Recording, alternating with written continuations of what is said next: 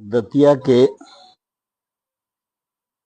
विधायक श्री राजेंद्र भारती जी के मामले में न्यायालय ने फैसला दिया और उसमें उनको दोषी सिद्ध पाया और 3 साल की सजा कोर्ट ने सुनाई। स्वाभाविक रूप से लोक प्रतिनिधित्व अधिनियम 151 की धारा 8(3) में ये प्रावधान है कि 2 वर्ष या उससे अधिक की सजा किसी जनप्रतिनिधि को होती है तो वो अपने आप में अयोग्य हो जाता है। इसलिए न्यायालय का निर्णय आया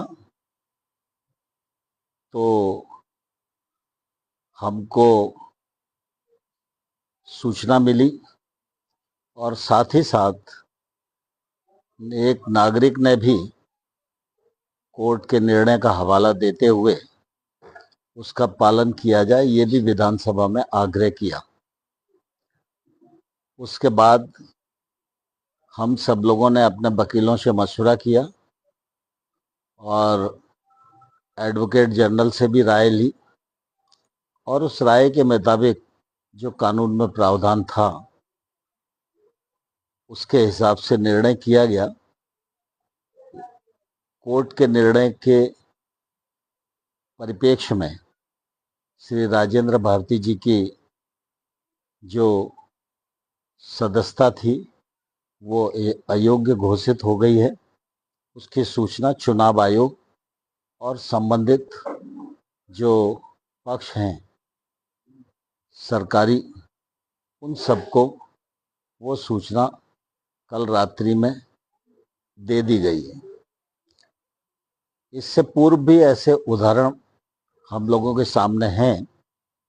मध्य प्रदेश विधानसभा की विधायक थी आशा देवी, उनके मामले में भी इस प्रकार का निर्णय आया था और सजा के आधार पर उनकी ही सदस्यता गई थी। और 2019 में प्रहलाद लोधी विधायक थे, उनके मामले में भी इसी प्रकार का निर्णय आया था और उनको भी अयोग्य घोषित किया गया था।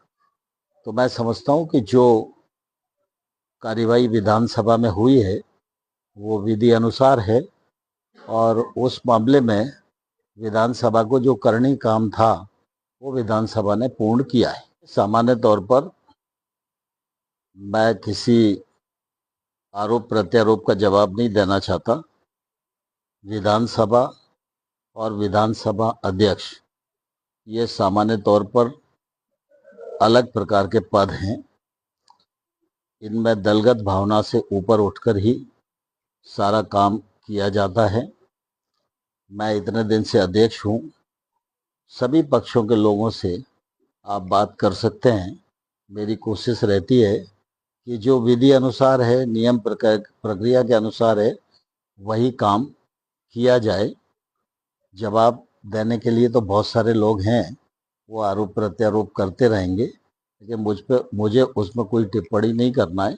मैंने आपको पूर्व में भी बताया कि पहले भी जो भारतीय जनता पार्टी के सदस्य थे उनकी भी सदस्यता गई थी, इसी कानून के अंतर्गत गई थी और इसी विधानसभा ने निर्णय किया था।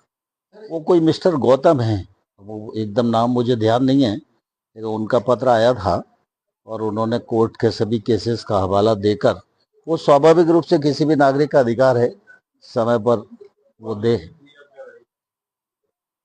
अगली प्रक्रिया हमारी तरफ से तो पूर्ण है। अब माननीय न्यायालय इसके आगे कोई आदेश देता है तो न्यायालय का जो आदेश होगा वो सर्वोपरि है। एक सवाल है तो किसी भी चीज विधानसभा गए तो विधायक भी नहीं है, तो उसके खिलाफ कोई कार्रवाई नहीं। स्वाभाविक रूप से कल हमारे प्रमुख सचिव बाहर थे और इसलिए वो रात में करीब 9 बजे के आसपास आए, तो इसलिए वो अपनी कार्यवाही करने के लिए, और फिर हमारे यज्ञदत्त शर्मा जी हैं, 5 तारीख को उनकी पुण्यतिथि है और बाकी कुछ कार्यक्रम थे, उस मामले में बैठक लेने के लिए बैठे थे, वो आए होंगे।